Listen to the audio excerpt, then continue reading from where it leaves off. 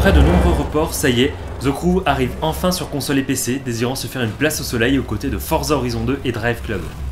La compétition sera rude, mais Ubisoft compte bien mettre en avant les qualités de sa nouvelle licence.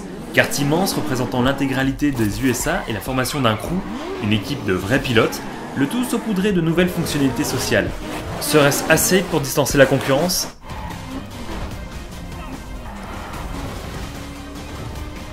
Dans The Crew, vous incarnez Alex, un pilote moitié hipster, moitié geek, qui sera arrêté pour le meurtre de son frère, qu'il n'a pas commis. Le FBI va alors l'engager en tant qu'agent infiltré dans un gang, les 510, afin qu'il puisse remonter à son meurtrier, ainsi qu'à un agent corrompu. Sympa au premier abord, le scénario s'enterre rapidement dans des clichés basiques, le tout propulsé par des missions monotones et sans réelle saveur. Heureusement, on peut tout de même s'amuser avec quelques défis disséminés un peu partout sur la carte, à la manière d'un Drive Club.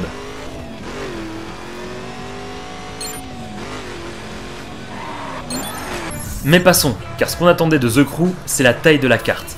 Véritablement immense, vous devrez compter une bonne heure de route pour aller New York, à l'est, jusqu'à Los Angeles, à l'ouest. Heureusement, vous pouvez compter sur les aéroports ou les gares ferroviaires pour vous rendre d'un point A à un point B plus rapidement.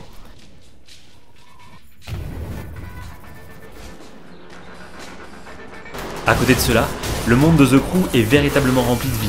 Piétons, trafic, pompiers éteignant des feux, course-poursuite avec la police ou encore animaux, tout y est.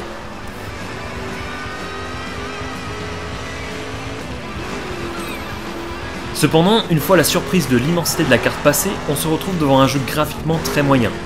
Le clipping est très prononcé et la modélisation des 37 véhicules que vous pourrez piloter est passable. Bref, l'équipe d'Ivory Tower a peut-être voulu trop en faire avec cette carte immense, au détriment du reste du titre, et c'est bien dommage.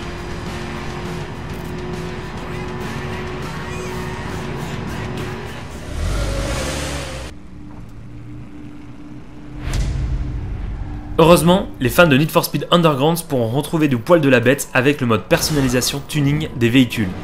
Véritablement complet, ce dernier vous donnera des envies de ressortir votre lecteur VHS et de regarder l'intégrale des Pimp My Ride.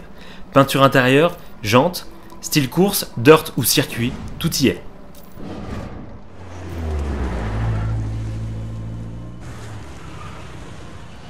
En parlant des voitures justement, ces dernières se montrent tantôt lourdes et peu précises, tantôt scotchées à la route et vives.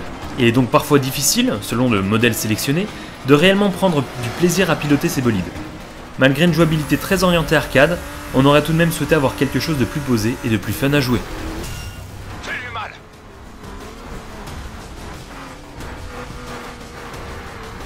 Et le crew dans tout ça.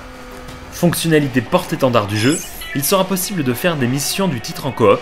Il suffit qu'un membre de votre crew gagne pour remporter la victoire, et de se mesurer à d'autres crews en zone JCJ. Sympa, mais cette fonctionnalité ne se distingue pas vraiment des clubs de Forza Horizon 2 ou de Drive Club.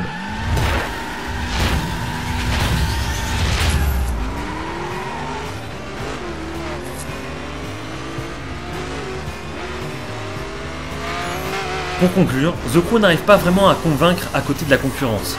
Graphiquement moyen et doté d'un scénario pas vraiment prenant, il sauve l'honneur avec une carte d'une taille vraiment incroyable et son système de personnalisation très avancé.